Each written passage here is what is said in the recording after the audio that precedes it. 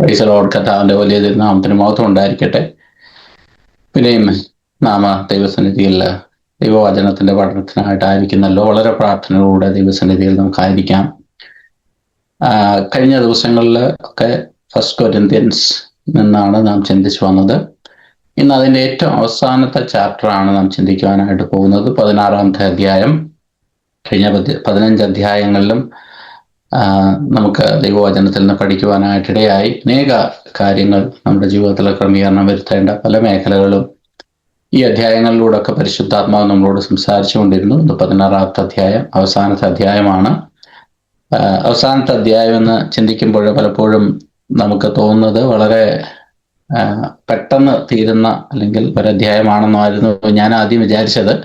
ഇത് ഫൈനൽ മീറ്റിംഗ്സും ബെനഡിക്ഷനും ഒക്കെ കൊണ്ട് തീരുന്ന ഒരു അധ്യായമാണെന്നാണ്. എന്നാൽ 15-ാം അധ്യായത്തിന്റെ ഒരു കണ്ടിന്യൂഷനാണ് പൗലോസ് 16-ാം അധ്യായത്തിലൂടെ നമ്മളെ പഠിപ്പിക്കുന്നത്.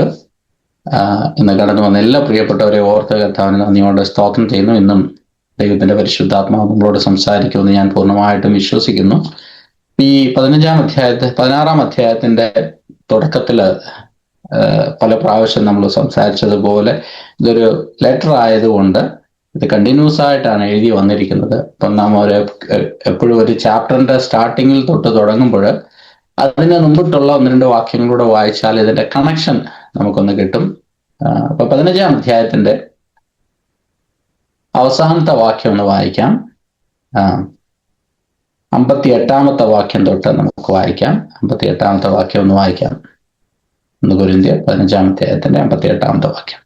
ആകയാൽ എൻ്റെ പ്രിയ സഹോദരന്മാരെ, നിങ്ങൾ ഉറപ്പുള്ളവരും കുലുങ്ങാത്തവരും നിങ്ങളുടെ പ്രയത്നം കർത്താവിൽ വ്യർത്ഥമല്ല എന്ന് അറിഞ്ഞിരിക്കയാൽ കർത്താവിന്റെ വേലയിൽ എപ്പോഴും വർദ്ധിച്ചു വരുന്നവരുമാകുവേ. കർത്താവിന്റെ വേലയിൽ എപ്പോഴും വർദ്ധിച്ചു വരണം. അവിടം കൊണ്ടാണ് നാം കഴിഞ്ഞ ആഴ്ച പറഞ്ഞു നിർത്തിയത്. അപ്പൊ ഏതൊക്കെ വേലയിലാണ് നാം വർദ്ധിച്ചു വരേണ്ടത്? അപ്പൊ നാം എങ്ങനെയാണ് നമ്മുടെ പ്രാക്ടിക്കൽ ലൈഫില് നമുക്ക് നമ്മളെ ഏൽപ്പിച്ചിരിക്കുന്ന ഈ ദൗത്യത്തിൽ ഓരോ ദിവസവും വർദ്ധിച്ചു വരുവാനായിട്ട് കഴിയുന്നത്? നാം ഇതൊക്കെ പല പ്രാവശ്യം കേട്ടിട്ടുള്ളതാണ്. അപ്പോൾ നമ്മുടെ ഒരു വ്യക്തിപരമായ ജീവിതത്തിൽ നമുക്കൊരു മാനദണ്ഡം വേണം. വ്യക്തിപരമായ ജീവിതത്തിൽ നമ്മളെ തന്നെ ശോധന ചെയ്യുവാനായിട്ട് നമുക്ക് കഴിയണം. കർത്താവിൽ ഞാൻ വർദ്ധിച്ചു വരികയാണോ അല്ലയോ എന്നുള്ളത്. നമുക്ക് ഓരോ ഫാക്ടേഴ്സും എടുത്തിട്ട് പൗലോസോട് പറഞ്ഞിരിക്കുന്നു. ഇവിടെ 3 കാര്യങ്ങളാണ് 16-ാം അധ്യായത്തിൽ ഒരു പെരിഫറലായിട്ട് അല്ലെങ്കിൽ ഇതിന്റെ ഒരു സമ്മറി ആയിട്ട് പറഞ്ഞാൽ 3 ഏരിയാസ് കുറിച്ച് പൗലോസ് ഇവിടെ തൊട്ടിരിക്കുന്നു. ആദ്യത്തെ ഏരിയ ആണ് മണി എന്നുള്ള ഒരു ഏരിയ. 2-ാമത്തെ ഏരിയ പറഞ്ഞിരിക്കുന്നത് ഓപ്പർച്യൂണിറ്റീസ്. 3-ാമത്തെ ഏരിയ പീപ്പിൾ.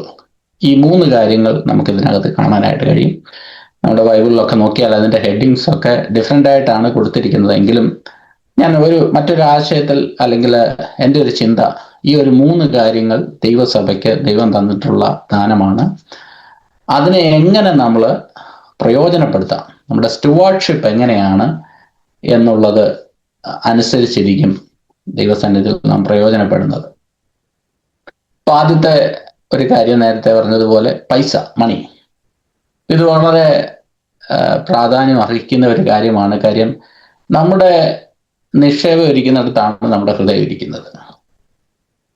അപ്പൊ ഇത് പല പ്രാവശ്യവും അല്ലെങ്കിൽ നമ്മൾ പലപ്പോഴും ഈ ഒരു വിഷയത്തെക്കുറിച്ച് സംസാരിക്കാറേ ഇല്ല.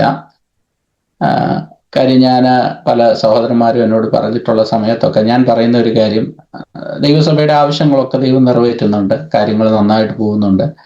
അപ്പൊ നമ്മൾ ഈ പൈസ എന്നുള്ള കാര്യം പലപ്പോഴും പറയേണ്ട ഒരു ആവശ്യമില്ല എന്നുള്ള ഒരു ചിന്തയായിരുന്നു എനിക്ക്.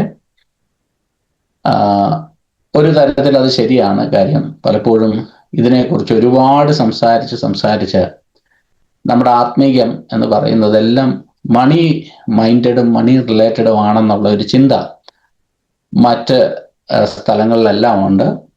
അതുകൊണ്ട് തന്നെ പല ചർച്ചസിലുമൊക്കെ പോയാൽ ഇതാണ് പലപ്പോഴും മെയിനായിട്ട് സംസാരിക്കുന്ന ഒരു വിഷയം. എന്നാൽ ഇതിൻ്റെ മറ്റൊരു വശം ചിന്തിച്ചാൽ, ഈ പൈസ ഈ തിരുവചനത്തോട് അല്ലെങ്കിൽ ദൈവസഭയോട് ചേർന്ന് ഒരു പ്രധാനപ്പെട്ട ഒരു കാര്യമാണ്. അത് നമ്മുടെ കമ്മിറ്റ്മെന്റും നമ്മുടെ ദൈവസഭയോടുള്ള ഡെഡിക്കേഷൻസും ഒക്കെ കാണിക്കുന്ന ഒരു ഫാക്ടറാണെന്നുള്ള കാര്യം അതൊരു സത്യമാണ്. ഇവിടെ അവര് ഈ ക്വസ്റ്റ്യനകത്ത് ഇതിനെക്കുറിച്ച് ചോദിച്ചിട്ടുണ്ടോ എന്ന് നമുക്കറിയത്തില്ല. ഒരു പക്ഷെ ചോദിച്ചിട്ടുണ്ടായിരിക്കാം.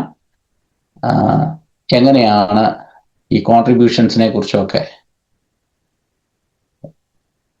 ആദ്യത്തെ വാക്യം നമുക്കൊന്ന് വായിക്കാം. വിശുദ്ധന്മാർക്ക് വേണ്ടിയുള്ള ധർമ്മശേഖരത്തിന്റെ കാര്യത്തിലോ ഞാൻ ഗലാത്യ സഭകളോട് ആജ്ഞാപിച്ചതുപോലെ നിങ്ങളും ചെയ്യുവിൻ. ഇപ്പൊ വിശുദ്ധന്മാർക്കുള്ള ധർമ്മശേഖരണത്തിന്റെ കാര്യത്തിൽ അപ്പൊ ഈ പൗലോസിന്റെ 3-ാം മിഷണറി യാത്രയില് പ്രധാനപ്പെട്ട ഒരു കാര്യം പൗലോസ് ചെയ്തതാണ്.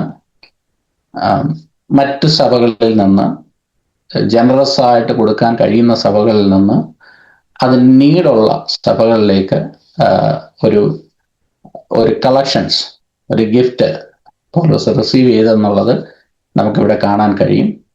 ഇപ്പം പോൾ ടേൺ ടു റിസറക്ഷൻ ഗ്ലോറിയെ കുറിച്ചാണ് 15-ാമത്തെ അധ്യായത്തിൽ വലിയ കാര്യങ്ങളെ കുറിച്ചൊക്കെയാണ് പറഞ്ഞത്. അതിനെക്കുറിച്ചൊക്കെ പറയുമ്പോൾ നമുക്ക് വളരെ ആവേശമുണ്ട്. അതിനെക്കുറിച്ചൊക്കെ നമ്മൾ ഒരുപാട് സംസാരിക്കാറുണ്ട്. എന്നാലൊരു പ്രാക്ടിക്കലായിട്ടുള്ള ഒരു കാര്യം നമ്മൾ പലപ്പോഴും അത് തള്ളിക്കളയാറുണ്ട്. നീഡിയായിട്ടുള്ള ഒരു വിശ്വാസിക്ക് അല്ലെങ്കിൽ നീഡിയായിട്ടുള്ള ഒരു ചർച്ചിന് നമ്മൾ കോൺട്രിബ്യൂട്ട് ചെയ്യുന്ന കാര്യം, അതാണ് പൗലോസ് ഇവിടെ പറഞ്ഞിരിക്കുന്നത്. Concerning the collection of saints as I have given orders to church of Galatia so you must also do. അവിടെ പറയുന്നു, ഒരു ആജ്ഞയായിട്ടാണ് പൗലോസ് ഇവിടെ ഇക്കാര്യങ്ങൾ പറയുന്നത്. അപ്പൊ ഇതൊരു മസ്റ്റ് ആയിട്ടുള്ള ഒരു കാര്യമാണ്. അത് വിശുദ്ധന്മാർക്ക് വേണ്ടിയിട്ടുള്ള, മറ്റ് ചർച്ചസിന് വേണ്ടിയിട്ടുള്ള ഒരു കോൺട്രിബ്യൂഷൻ. അതിന്റെ അടുത്ത വാക്യത്തിലേക്ക് പോകാം. 2-ാമത്തെ വാക്യം. ഞാൻ വന്ന ശേഷം മാത്രം ശേഖരം ഉണ്ടാകാതിരിക്കേണ്ടതിന് ആഴ്ചവട്ടത്തിൽ 1-ാം നാൾ തോറും നിങ്ങളിൽ ഓരോരുത്തരും തനിക്ക് കഴിവുള്ളത് ചരിതിച്ച് തന്റെ പക്കൽ വെച്ചുകൊള്ളണം. അപ്പം താന് പറയുന്നത്, ഞാൻ വരുമ്പോൾ ഒരു കോൺട്രിബ്യൂഷൻ ഉണ്ടാകാതെ, നിങ്ങൾക്ക് ഈ സ്ക്രീൻ കാണാൻ പറ്റുമെന്നുണ്ടോ? Share okay. അപ്പൊ ഞാൻ വരുമ്പോൾ മാത്രം ഒരു കളക്ഷൻ ഉണ്ടാകാതെ എന്ത് ചെയ്യണം? നിങ്ങൾ ആഴ്ചവട്ടം തോറും ഇത് കളക്ട് ചെയ്ത് വെക്കുക. അപ്പൊ പ്രാക്ടിക്കലായിട്ട് ഒരു പ്ലാന് ദൈവസഭയ്ക്ക് കൊടുക്കുകയാണ്. ഞാൻ വരുന്ന ദിവസങ്ങളിൽ നിങ്ങളൊരു കോൺട്രിബ്യൂഷൻ എടുക്കുന്നതിന് മുമ്പിട്ട് നിങ്ങൾക്ക് അതിനകത്തൊരു പ്ലാൻ ഉണ്ടാകണം. ഞാനിത് ചിന്തിച്ചപ്പോൾ നമ്മുടെ ദൈവസഭയിലും ഈ കാര്യങ്ങളൊക്കെ ചെയ്യുന്നത് നല്ലതായിരിക്കും. ഈ കാര്യങ്ങൾ പല ലിമിറ്റേഷൻസ് നമുക്കുണ്ട്. എങ്കിൽ പോലും ലിമിറ്റേഷൻസ് എന്ന് പറഞ്ഞാൽ ഗവൺമെന്റ് സൈഡിൽ നിന്നൊക്കെയുള്ള ലിമിറ്റേഷൻസ് ഉണ്ടെങ്കിൽ പോലും ദൈവസഭയുടെ ഒരു പ്രധാനപ്പെട്ട ഒരു കൺസേൺ അല്ലെങ്കിൽ പ്രധാനപ്പെട്ട ഒരു വെർച്യു ആയിരിക്കണം മറ്റ് ഉള്ളവരെ സഹായിക്കുവാൻ, മറ്റ് സഭകളെ സഹായിക്കുവാൻ, അല്ലെങ്കിൽ വിശുദ്ധന്മാരെ സഹായിക്കുവാൻ വേണ്ടിയിട്ടുള്ള ഒരു കോൺട്രിബ്യൂഷൻ. അത് നമ്മുടെ എല്ലാ മന്ത്ലി ബഡ്ജറ്റിനകത്തും അത് ഉൾപ്പെടുത്തണമെന്നുള്ളതാണ് പ്രാക്ടിക്കലായിട്ട് പൗലോസ് ഇവിടെ പറഞ്ഞിരിക്കുന്നത്. 1-2 വാക്യങ്ങൾ ഇതിനോട് ചേർന്നിട്ട് ഒന്ന് വായിക്കുവാനായിട്ട് ആഗ്രഹിക്കുന്ന ഗലാത്യ ലേഖനം 2-ാം അധ്യായത്തിന്റെ 10-ാം വാക്യം. അങ്ങനെ ചെയ്യുവാൻ ഞാൻ ഉത്സാഹിച്ചുമിരിക്കുന്നു. എന്നാൽ കേഫാവ് അന്ത്യോക്യയിൽ വന്നാറെ അവനിൽ കുറ്റം കാണായികയാൽ ഞാൻ അഭിമുഖമായി അവനോട് എതിർത്തുന്നു. അതിന് മുമ്പിട്ടുള്ള വാക്യം വായിച്ചു. എനിക്ക് ലഭിച്ച കൃപ അറിഞ്ഞുകൊണ്ടും തൂണുകളായി എണ്ണപ്പെട്ടിരുന്ന യാക്കോബും കേഫാവും യോഹന്നാനും ഞങ്ങൾ ജാതികളുടെ ഇടയിലും അവർ പരിച്ഛേദനക്കാരുടെ ഇടയിലും സുവിശേഷം അറിയിപ്പാൻ തക്കവണ്ണം എനിക്കും ബർന്നബാസിനും കൂട്ടായ്മയുടെ വലങ്കൈ തന്നു. ദരിദ്രരെ ഞങ്ങൾ ഓർത്തുകൊള്ളണമെന്ന് മാത്രം അവർ പറഞ്ഞു. അങ്ങനെ ചെയ്യുവാൻ ഞാൻ ഉത്സാഹിച്ചുമിരിക്കുന്നു. ദരിദ്രരെ ഓർത്തുകൊള്ളണം. അത് ദൈവസഭയുടെ ഒരു മെയിൻ ആയിട്ടുള്ള, അല്ലെങ്കിൽ നമുക്ക് ഒഴിച്ചുകൂടാൻ പറ്റാത്ത ഒരു കാര്യമാണ്, വിശേഷാൽ ദൈവ മക്കളെ കുറിച്ചുള്ള ബന്ധത്തിൽ. അതുപോലെ തന്നെ ഗലാത്യ ലേഖനം 6-ാം അധ്യായത്തിന്റെ 10-ാം വാക്യം അതൊരു ആജ്ഞയായിട്ട് പൗലോസ് അവിടെ പറയുന്നു.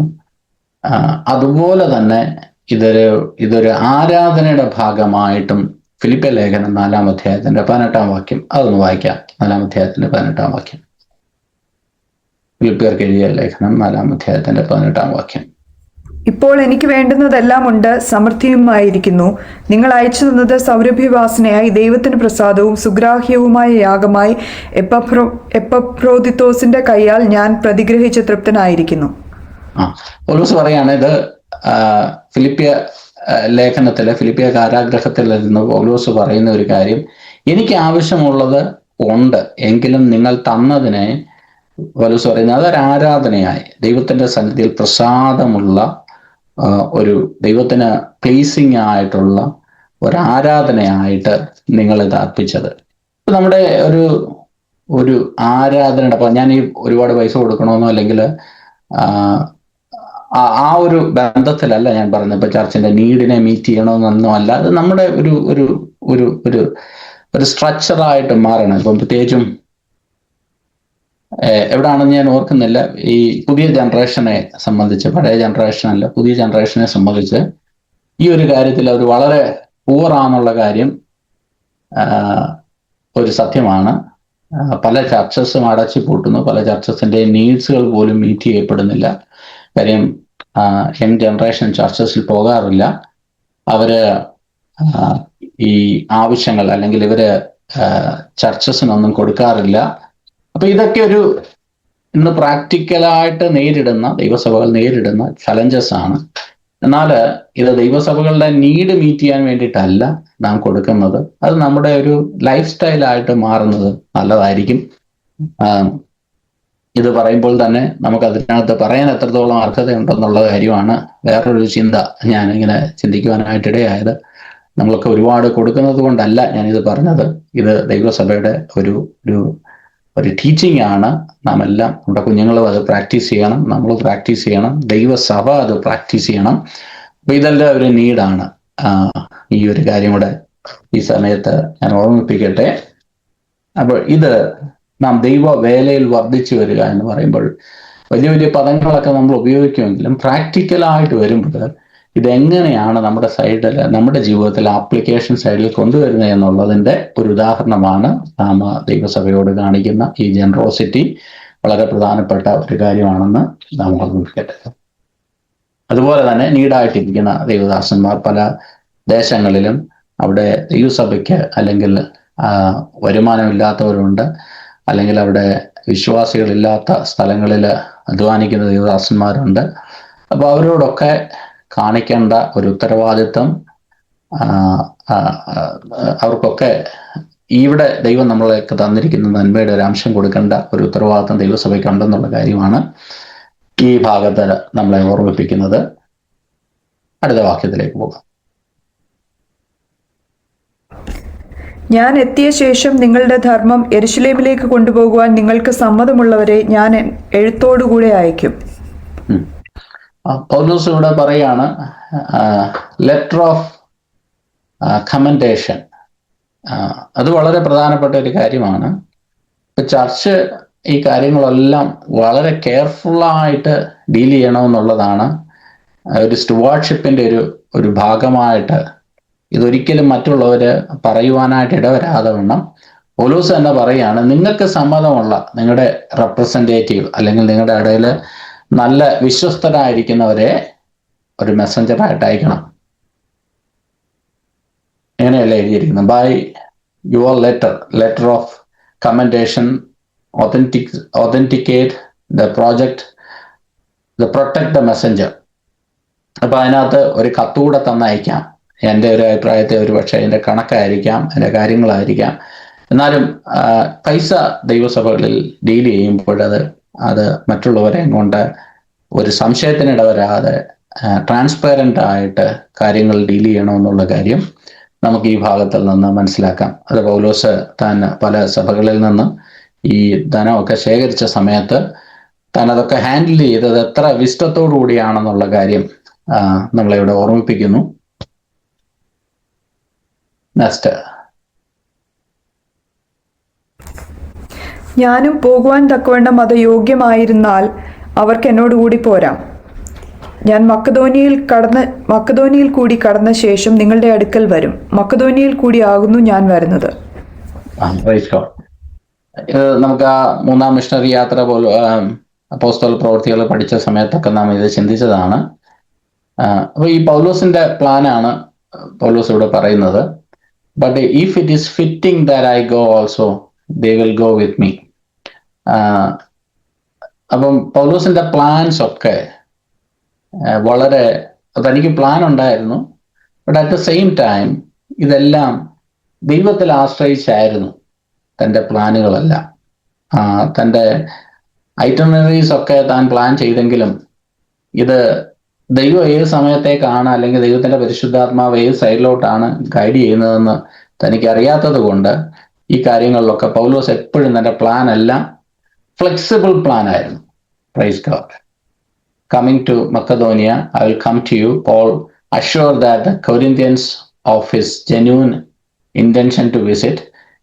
ഈ പ്ലാനുകളൊക്കെ പൗലോസ് പറയുമ്പോഴും താൻ എപ്പോഴും തൻ്റെ ഈ പ്ലാനിനകത്ത് ദൈവത്തിന്റെ ഹിതമായാൽ ഇങ്ങനെ ചെയ്യാം എന്നുള്ളതാണ് നാം ഈ ഭാഗത്ത് കാണുന്നത്. അനേക വാക്യങ്ങൾ അതിന്, അല്ലെങ്കിൽ പൗലോസിന്റെ ലേഖനങ്ങളൊക്കെ നാം വായിച്ചു നോക്കുമ്പോഴറിയാം തൻ്റെ പല പ്ലാനുകളും താൻ മാറ്റിയിട്ടുണ്ട്. പല പ്ലാനുകളും താൻ ചേഞ്ച് ചെയ്യുവാനായിട്ടിടയായി. കാര്യം എന്താണെന്ന് ചോദിച്ചാൽ ദൈവത്തിന്റെ ഹിതത്തിനനുസരിച്ച്, അല്ലെങ്കിൽ പരിശുദ്ധാത്മാവ് ഗൈഡ് ചെയ്യുന്നിടത്തോട്ട് പൗലോസ് പോകുന്നതായിട്ട് നമുക്ക് കാണാൻ കഴിയും. 6-ാമത്തെ വാക്യത്തിലും അതുതന്നെയാണ് നാം കാണുന്നത്. ഞാൻ പോകുന്നിടത്തേക്ക് നിങ്ങൾ എന്നെ യാത്ര അയക്കുവാൻ തക്കവണ്ണം ഞാൻ ഒരു പക്ഷേ നിങ്ങളോട് ഈ ഹിമകാലം നിങ്ങളോടുകൂടെ കഴിയുമായിരിക്കും. അത് പൗലോസിന്റെ പ്ലാനാണ്. എങ്കിലും പൗലോസ് ഈ പ്ലാനുകളെല്ലാം ദൈവസന്നിധിയിൽ സമർപ്പിച്ചാണ് താൻ ഓരോ ഡിസിഷൻസ് എടുക്കുന്നത്.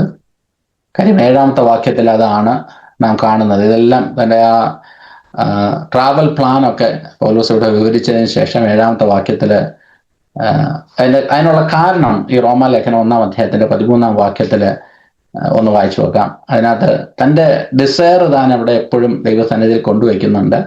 എന്നാൽ സംഭവിക്കുന്നതൊക്കെ ദൈവത്തിന്റെ ഹിതപ്രകാരമാണ് സംഭവിക്കുന്നത്. 1-ാം അധ്യായത്തിന്റെ 13-ാം വാക്യം റോമാലേഖനത്തിന്റെ.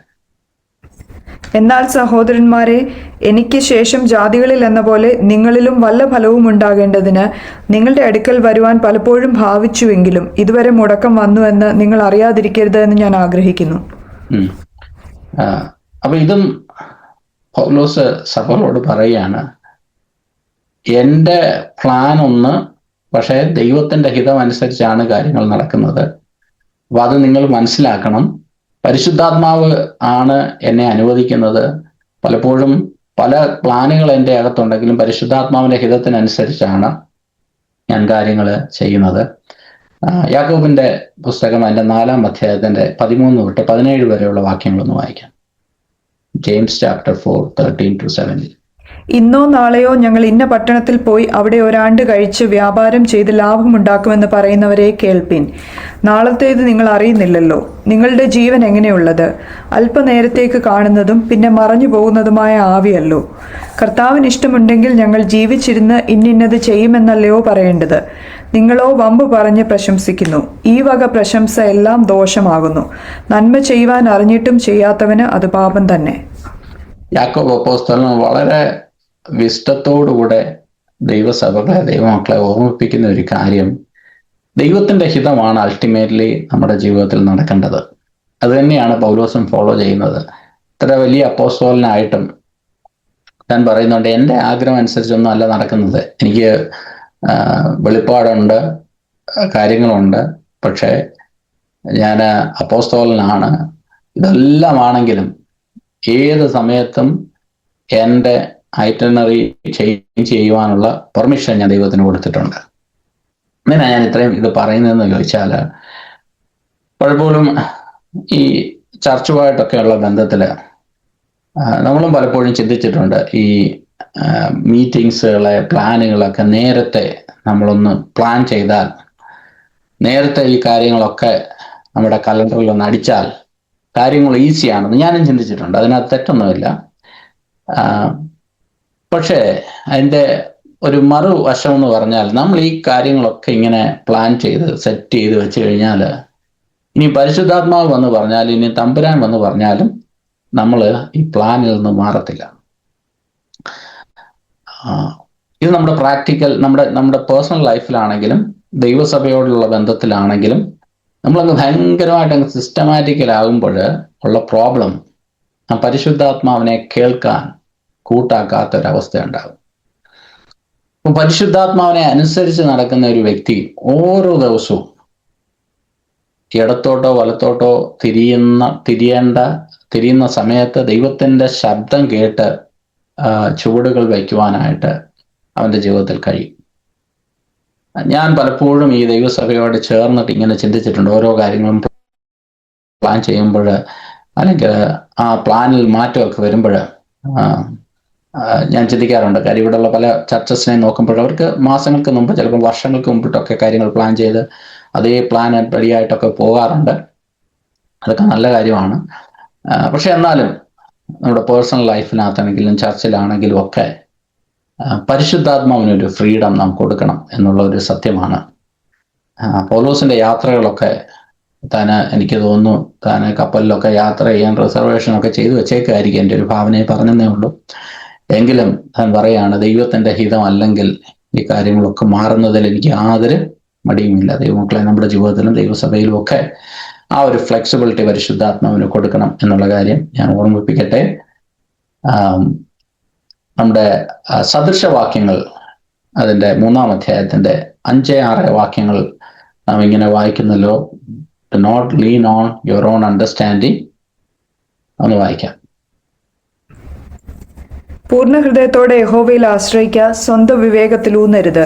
നിന്റെ എല്ലാ വഴികളിലും അവനെ നനച്ചുകൊള്ളുക, അവൻ നിന്റെ പാതകളെ നേരെയാക്കും. അപ്പൊ സ്വന്തം വിവേകത്തിൽ ഊന്നരുത്. അപ്പൊ നമ്മളെല്ലാ പ്ലാനുകളും ചെയ്യുന്നത് നമ്മുടെ വിവേകപ്രകാരമാണ്. മാനേജ്മെന്റിലൊക്കെ പറയുന്ന ഒരു കാര്യമുണ്ട്, നമ്മുടെ ഇൻഫോർമേഷൻസ് ആണ് നമ്മളെ ഡിസിഷനിലേക്ക് നയിക്കുന്നത്. നമ്മുടെ വിവേകം, നമ്മുടെ അറിവ്, അതാണ് നമ്മളെ ഒരു തീരുമാനത്തിൽ കൊണ്ടെത്തിക്കുന്നത്. അപ്പൊ നമ്മുടെ അറിവ് തെറ്റാണെങ്കിൽ നമ്മുടെ തീരുമാനം തെറ്റും. നമുക്കുള്ള ഇൻഫോർമേഷൻസ് വളരെ ഇമ്മച്യൂർ ആയിട്ടുള്ള ഇൻഫോർമേഷൻസ് ആണെങ്കിൽ നാം എടുക്കുന്ന ഡിസിഷൻസ് തെറ്റാറുണ്ട്. എന്നാൽ മനുഷ്യരായ നമുക്കെല്ലാം പരിമിതികളുണ്ട് നമ്മുടെ ഇൻഫോർമേഷൻസിന്. കാര്യം നമുക്കറിയാവുന്നത്, നമ്മൾ കാണുന്നതും കേൾക്കുന്നതും ഒക്കെ വെച്ചിട്ടാണ് നമ്മുടെ ഇൻഫോർമേഷൻസ് ഉള്ളത്. എന്നാൽ ഇതിലെല്ലാം ഉപരിയായിട്ട് നമ്മുടെ കർത്താവിന് സകലത്തെക്കുറിച്ചും, അവന് പ്രസന്റ്, പാസ്റ്റ്, ഫ്യൂച്ചറിനെ കുറിച്ച് ഇൻഫോർമേഷൻസ് ഉള്ള പരിശുദ്ധാത്മാവ് നമ്മുടെ ഇൻഫോർമേഷൻസിനെ, നമ്മുടെ ഡിസിഷൻസിനെ ഗൈഡ് ചെയ്യുവാനായിട്ട് നാം ഏൽപ്പിച്ചു കൊടുക്കണം. എന്ന് പറയുമ്പോൾ തന്നെ ഇതിന് മറ്റൊരു അപകടം, പല പ്രിയപ്പെട്ടവരും ഈ ഡിസിഷൻസ് എടുക്കുവാനായിട്ട് സ്ട്രഗിൾ ചെയ്യുന്നവരുമുണ്ട്. കാര്യം ഏത് ഡിസിഷൻസ് എടുത്താലും ഒരു ഭയമാണ്, ഇത് തെറ്റിപ്പോകുമോ, അല്ലെങ്കിൽ ഇത് എവിടെ ചെന്ന് അവസാനിക്കുമെന്നുള്ളത്. ചിലർ ഇമ്പൾസീവായിട്ടുള്ള ഡിസിഷൻസ് എടുത്ത് തെറ്റിപ്പോകാറുണ്ട്. ഇതിൻ്റെ എല്ലാം നടുവില് നമ്മുടെ ജീവിതത്തിൽ നമ്മളെ നയിക്കുന്ന ഒരു പരിശുദ്ധാത്മാവിനെ നാം ട്രസ്റ്റ് ചെയ്യുമ്പോൾ, ലീൻ ചെയ്യുമ്പോൾ, കർത്താവ് നമ്മളെ ആ നിത്യതയോളം ജയോത്സവമായി നടത്തുവാൻ അവൻ ശക്തനായ ദൈവമാണ്. അതിനായിട്ട് ദൈവം നമ്മളെ എല്ലാവരെയും സഹായിക്കുമാറാകട്ടെ. അവിടെ പൗലോസ് തൻ്റെ ഇത്രയും ശക്തനായ, പ്രയോജനപ്പെട്ട ഒരു അപ്പോസ്തലനായിട്ട് തന്നെ തൻ്റെ ലേഖനങ്ങൾ എഴുതിയിരിക്കുന്നു. If the Lord permits. നമ്മുടെ ലൈഫിലും അത് വലിയൊരു പാഠമായിരിക്കട്ടെ. തീരുമാനങ്ങളൊക്കെ കർത്താവിൽ ആശ്രയിച്ചെടുക്കുവാൻ ദൈവം നമ്മളെ സഹായിക്കുമാറാകട്ടെ. 8-ാമത്തെ വാക്യത്തിലേക്ക് കടന്നു വരാം. എഫെസോസിൽ ഞാൻ പെന്തക്കോസ്ത് വരെ പാർക്കും. 8-9 വാക്യങ്ങൾ. എനിക്ക് വലിയതും സഫലവുമായ ഒരു വാതിൽ തുറന്നിരിക്കുന്നു, എതിരാളികളും പലർ ഉണ്ട്. അപ്പോൾ 2-ാമത്തെ ഒരു ചിന്ത ഇതിനകത്ത്, ഇതോടുകൂടെ ഞാൻ നിർത്താനായിട്ട് ആഗ്രഹിക്കുന്ന 2-ാമത്തെ ഒരു ചിന്ത, ആൻഡ് ഓപ്പൺ ഡോർ. ദൈവസഭകളിൽ നമുക്ക് പ്രയോജനപ്പെടണമെങ്കിൽ, ആത്മാക്കളെ നേടണമെങ്കിൽ നമുക്ക് വാതിലുകൾ ദൈവം തുറക്കണം. ആഴത്തിലുള്ള ഒരു ചിന്തയാണല്ലോ ഇത്.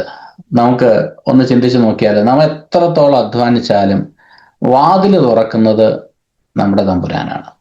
പരിശുദ്ധാത്മാവ് വാതിൽ തുറക്കാതെ നമുക്കൊന്നും ചെയ്യാനായിട്ട് കഴിയത്തില്ല. പൗലോസും തൻ്റെ ശുശ്രൂഷകളിൽ, തൻ്റെ യാത്രകളിൽ പറയുകയാണ്, എനിക്ക് വിശാലമായ ഒരു വാതിൽ തമ്പുരാൻ തുറന്നിരിക്കുന്നു, an open door. ഈ ഓപ്പൺ ഡോർ എന്ന് പറയുമ്പോൾ തന്നെ wide and effective opportunity for the gospel in Ephesus. അതിനെക്കുറിച്ചാണ് പൗലോസ് പറയുന്നത്. വിശാലമായ വാതിൽ. അപ്പൊ ഈ തമ്പുരാൻ ഈ വാതിൽ തുറന്നു കഴിഞ്ഞിട്ട് ഇത് ക്യാപ്ചർ ചെയ്യുവാനുള്ള ഒരു വലിയ റെസ്പോൺസിബിലിറ്റി ദൈവസഭയുടെയാണ്, ദൈവമക്കളുടെയാണ്. അപ്പൊ ദൈവം നമുക്ക് വാതിൽ തുറക്കുന്നു, ദൈവസഭ വിശ്വാസത്താൽ അത് ക്യാപ്ചർ ചെയ്യുന്നു. അപ്പോൾ തന്നെ പറയാണ്, ഇങ്ങനെ വാതിലുകൾ തുറക്കപ്പെടുമ്പോൾ ഇതിൻ്റെ മറ്റൊരു പ്രത്യേകത എന്ന് പറഞ്ഞാൽ, എവിടുന്നാണെന്ന് അറിയത്തില്ല, ഈ തുറക്കുന്ന ഏത് വാതിൽ തുറന്നാലും അത് അടയ്ക്കാനായിട്ടുള്ള ഒരു ശക്തി ഉന്നയിക്കും. ഇപ്പോൾ ഒരു എതിരാളികളും ഉണ്ട്, മെനി അഡ്വേഴ്സറീസ്. നമ്മൾക്ക് ഏത് ദേശത്ത് നമ്മൾ വർക്ക് ചെയ്യാൻ പോയാലും ചെല്ലുമ്പോൾ ദേശമൊക്കെ വളരെ സന്തോഷവും സമാധാനവും എന്നൊക്കെ തോന്നും. പക്ഷെ നമ്മൾ അവിടെ ഒരു വർക്ക് ആരംഭിച്ച് കഴിയുമ്പോൾ, അവിടെ ഒരു ദൈവപ്രവൃത്തി നടക്കാനായിട്ട് പോകുമ്പോൾ പല തരത്തിൽ ഡിസ്ട്രാക്റ്റ് ചെയ്യുന്നതായിട്ടുള്ള വിഷയങ്ങൾ അതിൻ്റെ മുകളിൽ ഉണ്ടാകും. ഇത് ദൈവസഭയിൽ മാത്രമല്ല, വ്യക്തികളുടെ ജീവിതത്തിലും ഞാൻ കണ്ടിട്ടുണ്ട്. അവർ കർത്താവിലേക്ക് അടുത്തു വരുമ്പോൾ, അവർ കർത്താവിനെ അറിയുവാനായിട്ട് ശ്രമിക്കുമ്പോൾ, ദൈവസന്നിധിയിൽ എഫക്റ്റീവ് ആകാനായിട്ട് ശ്രമിക്കുമ്പോൾ, ദൈവവചനം പഠിക്കുവാനായിട്ട് ശ്രമിക്കുമ്പോൾ, പ്രാർത്ഥിക്കുവാനായിട്ട് ശ്രമിക്കുമ്പോൾ പലതരത്തിലുള്ള ഡിസ്ട്രാക്ഷൻസ് ഉന്നയിക്കും. എന്തിനാ ഇത് പറഞ്ഞതെന്ന് വെച്ചാൽ, അപ്പോസ്തലനായ പൗലോസിന് ഇത് നേരിടേണ്ടതായിട്ട് വന്നെങ്കിൽ നാം ഓരോരുത്തരും ഈ വിഷയങ്ങളിലൂടെയൊക്കെ കടന്നു പോകുമ്പോൾ, ഇത് നേരിടേണ്ട വരുമ്പോൾ ഒരു കാര്യം മറന്നു പോകരുത്. ഇത് എഫക്റ്റീവായിട്ടുള്ളൊരു ഡോറാണ് ദൈവം തുറക്കുന്നത്. ഈ ഓപ്പർച്യൂണിറ്റി ദൈവം തുറക്കുമ്പോൾ നമുക്ക് ഈ പ്രതിയോഗി വളരെ ശക്തമായിട്ട് ഉന്നയിക്കുമെന്നുള്ളത് ദൈവവചനത്തിൻ്റെ ഒരു സത്യമാണ്. അതാണ് പൗലോസും ഇവിടെ പറഞ്ഞത്. എനിക്ക് എഫക്റ്റീവായിട്ടൊരു വാതിൽ തമ്പുരാൻ തുറന്നു, പക്ഷേ പ്രതിയോഗികൾ അനേകമാകുന്നു. പലരുണ്ട്, പ്രതിയോഗികൾ പലരുണ്ട്. നമുക്ക് ഇതുപോലെ ഡിസ്ട്രാക്ഷൻസ് പലതുണ്ട്, ഒരാളല്ല.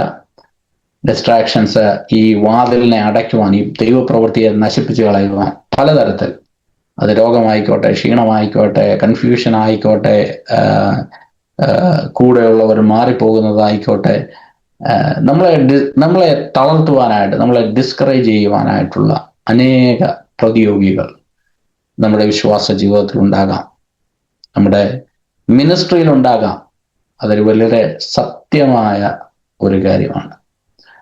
എന്നാൽ നമുക്കിതൊക്കെ ബുദ്ധിയിലുണ്ടെങ്കിൽ പോലും പലപ്പോഴും ഇതിനകത്തൊക്കെ നാം ഡിസ്കറേജ്ഡ് ആയി പോകാറുണ്ട്. ഇതിൻ്റെ നടുവിൽ നാം പലപ്പോഴും ചോദ്യങ്ങൾ ചോദിക്കാറുണ്ട്. എന്നാൽ ഒരു കാര്യം ഞാൻ ഇന്ന് ഓർമ്മിപ്പിക്കട്ടെ, നമുക്ക് ഈ ഓപ്പർച്യൂണിറ്റീസ് വരുമ്പോൾ, ദൈവസഭയുടെ മുമ്പിൽ ഈ ഓപ്പർച്യൂണിറ്റീസ് വരുമ്പോൾ, ദൈവം നമ്മളെക്കുറിച്ച് ആഗ്രഹിക്കുന്ന ഒരു കാര്യം, ഇതിൻ്റെ മുമ്പിൽ ഡിസ്ട്രാക്റ്റഡ് ആയി പോകാതെ, ഒരുപാട് നോയ്സസ് അതിൻ്റെ മുമ്പിൽ നാം കേൾക്കുവാനായിട്ട് ഇടയാകും.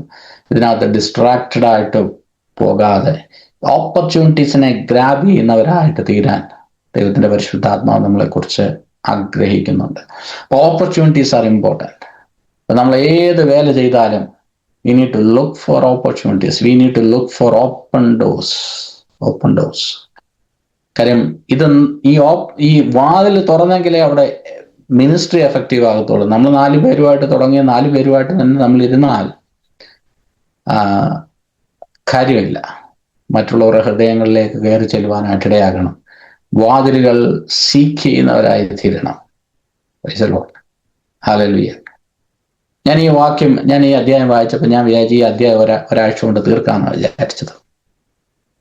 പക്ഷെ ഇത് പിന്നെയും വായിച്ചപ്പോൾ ഇതിനകത്തും വലിയ വലിയ ആത്മീയ സത്യങ്ങൾ, മർമ്മങ്ങൾ പൗലോസ് ഈ ലേഖനങ്ങളിൽ ഉണ്ടെന്നുള്ള കാര്യം എനിക്ക് മനസ്സിലായി.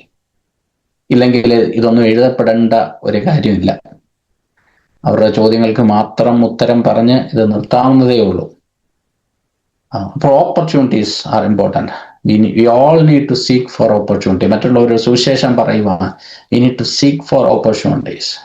മറ്റുള്ളവരിൽ നിന്ന് മാറി, നമുക്ക് പറ്റുന്ന ഏറ്റവും വലിയൊരു പ്രശ്നം, വി ആർ ഐസൊലേറ്റഡ് പീപ്പിൾ. നമുക്ക് മറ്റുള്ളവരോട് സംസാരിക്കുന്ന ഇഷ്ടമല്ല.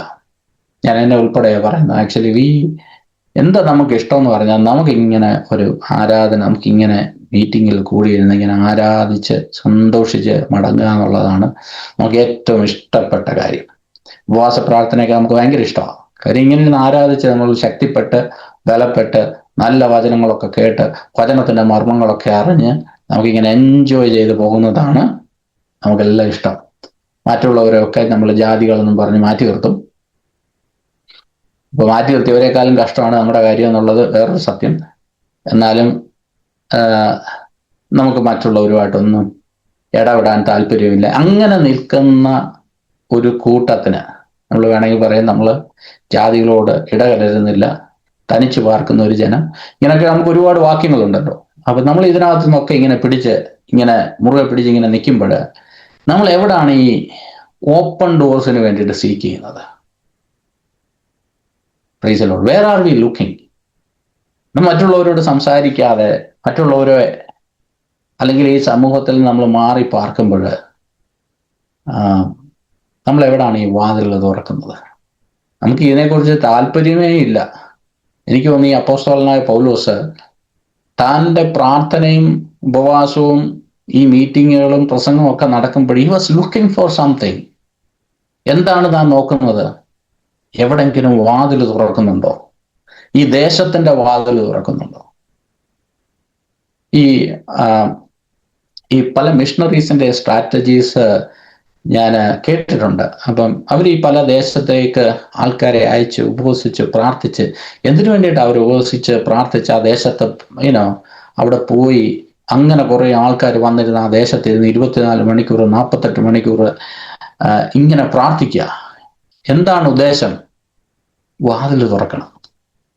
ഈ വാതിൽ തുറക്കാതെ നമ്മൾ എത്ര സുവിശേഷം പറഞ്ഞാലും ഇവന്റെ അകത്തോട്ട് കയറത്തില്ല. ഈ വാതിൽ തുറക്കുക എന്നുള്ള വലിയ ഉദ്ദേശത്തോടു കൂടെയാണ് അവര് ഓരോ ദേശത്തായിരിക്കുന്നത്. ഹല്ലേലൂയ.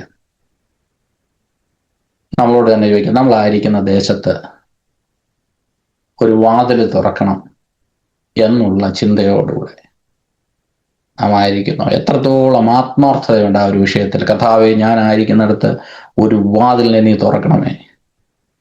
അതൊക്കെ നമ്മൾ പറയുമായിരിക്കും, പക്ഷെ ഹൃദയത്തിന്റെ ആഴത്തിൽ എത്രത്തോളം ആഗ്രഹമുണ്ട്, എത്രത്തോളം വി ആർ സീക്കിങ്. അങ്ങനെ സീക്ക് ചെയ്യുന്നവർക്ക് ഈ വാതിൽ തുറക്കുമ്പോൾ പെട്ടെന്ന് മനസ്സിലാകും. they will grab that opportunity. Hallelujah. ദൈവസഭ അത്രയ്ക്ക് അലർട്ടായിരിക്കണം, വിജിലന്റ് ആയിരിക്കണം. എവിടെ വാതിൽ തുറക്കുന്നോ ആ ഒരു ഓപ്പർച്യൂണിറ്റി. കാര്യം ഈ വാതിലുകളൊന്നും അധികം നാൾ തുറന്നിരിക്കത്തില്ല. ഇത് തുറന്നിരിക്കുമ്പോൾ അതെവിടെ കയറി. ഹല്ലേലൂയ. ആ ഒരു സ്പിരിറ്റ് ദൈവമക്കളെ നമ്മുടെ ജീവിതത്തിൽ ഉണ്ടായിരിക്കണം. അതാണ് 9ാമത്തെ വാക്യം.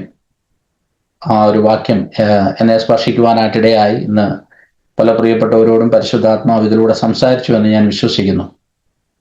അവിടെ കൊണ്ട് ഞാൻ നിർത്തുവാനായിട്ട് ആഗ്രഹിക്കുന്നു. 10ാമത്തെ വാക്യം തൊട്ട് നമുക്ക് അടുത്ത ആഴ്ച ചിന്തിക്കാം. 2 കാര്യങ്ങളാണ് നാം ചിന്തിച്ചത്. ഒന്ന്, നാം ഓപ്പർച്യൂണിറ്റി, ദൈവസഭയെ എങ്ങനെയാണ് നാം എഫക്റ്റീവായിട്ട് നാം വളരുന്നത്. നമുക്ക് ഒരു കമ്മിറ്റ്മെന്റ് വേണം. നാം ആയിരിക്കുന്ന ലോക്കൽ ചർച്ചിനോട് നമുക്ക് കമ്മിറ്റ്മെന്റ് വേണം. ഈ കമ്മിറ്റ്മെന്റ് എന്ന് പറയുമ്പോൾ നമുക്ക് ഏറ്റവും നല്ലതായിട്ട് കമ്മിറ്റ്മെന്റ് കാണിക്കാൻ പറ്റുന്ന ഒരു കാര്യമാണ് ഫൈനാൻസ്. നമ്മൾ എവിടെ ഫൈനാൻസ് കൊടുക്കുന്നോ അവിടെ നമുക്ക് കമ്മിറ്റ്മെന്റ് ഉണ്ട്.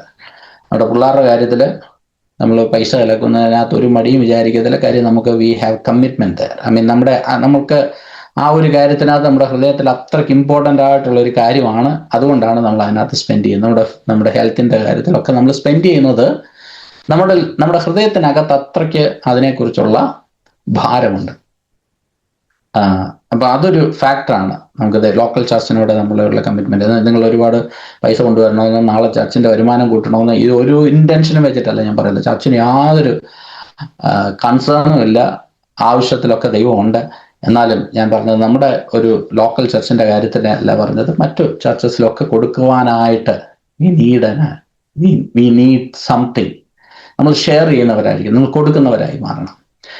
അതിനായിട്ട് ദൈവം നമ്മളെ സഹായിക്കട്ടെ. 2ാമത്, വി ഓൾവേസ് ബി വിജിലന്റ്.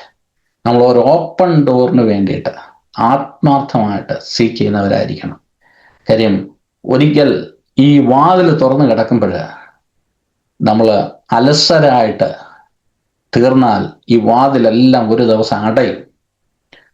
അന്ന് പരിശുദ്ധാത്മാവ് നമ്മളോട് ചോദിക്കുമ്പോൾ, അന്ന് ആ കർത്താവ് നമ്മളോട് ചോദിക്കുമ്പോൾ, നിനക്ക് വേണ്ടി ഞാൻ വാതിൽ തുറന്നു, അപ്പോൾ നീ എന്നാ ചെയ്തു?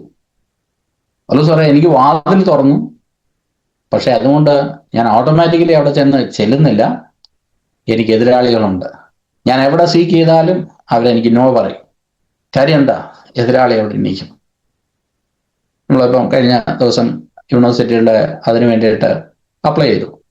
ഇമ്മീഡിയറ്റ് ആയിട്ട് നമുക്ക് റെസ്പോൺസ് വന്ന് നോ, എതിരാളികളുണ്ട്. അപ്പം ഞാനിങ്ങനെ ചിന്തിച്ച്, കർത്താവേ, അതെന്താ അങ്ങനെ? അവിടെ ഒരു രജിസ്ട്രേഷൻ വേണം, അവിടെ ഒരു ഓപ്പണിങ് നമുക്ക് വേണം. എന്തുകൊണ്ട് നോ പറഞ്ഞു? കർത്താവ് പറഞ്ഞു, അങ്ങനെ ഈസി ആയിട്ട് നടക്കാനാണെങ്കിൽ എന്താണ് അതിനകത്ത് കാര്യമുള്ളത്? എല്ലാം ദൈവവചനത്തിന് വേണ്ടി, ദൈവനാമത്തിന് വേണ്ടിയിട്ട് നാം എന്ത് ചെയ്താലും ഈസി ആയിട്ടൊന്നും നടക്കത്തില്ല. അതിനെല്ലാം പ്രോബ്ലംസ് ഉണ്ട്, ഇതിനെല്ലാം എതിരാളികളുണ്ട്. പക്ഷേ നമ്മളെക്കുറിച്ച് ദൈവം ആഗ്രഹിക്കുന്നത്, we need to seek for open doors. ദൈവം അതിനായിട്ട് ഈ ദിവസങ്ങളിൽ നമ്മളെല്ലാം പ്രയോജനപ്പെടുത്തുമാറാകട്ടെ. ദൈവസഭയിൽ ഓരോ പ്രിയപ്പെട്ടവരും നമ്മുടെ പ്രാർത്ഥനകളിലൊക്കെ ആത്മാവിനോട് സീക്ക് ചെയ്യുന്നവരായിട്ട് മാറട്ടെ. കർത്താവെ, ഞങ്ങൾക്ക് വേണ്ടി ഒരു ഡോർ ഓപ്പൺ ചെയ്യണം. അങ്ങനെ ഓപ്പൺ ചെയ്തിരിക്കുന്ന ഡോറുകൾ കാണുവാൻ ഞങ്ങളുടെ ഹൃദയത്തിൻ്റെ കണ്ണുകൾ തുറക്കണം.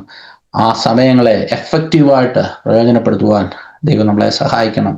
പല വാതിലുകളും അടയുന്നതിന് മുമ്പ് അവിടെ ദൈവം നമുക്ക് വേണ്ടി ആ വാതിൽ തുറന്നതിൻ്റെ ഉദ്ദേശം നിവൃത്തീകരിക്കുവാനായിട്ട് ദൈവം നമ്മളെ സഹായിക്കുമാറാകട്ടെ. ഈ വചനങ്ങളാൽ ദൈവം നമ്മളെ അനുഗ്രഹിക്കുമാറാകട്ടെ.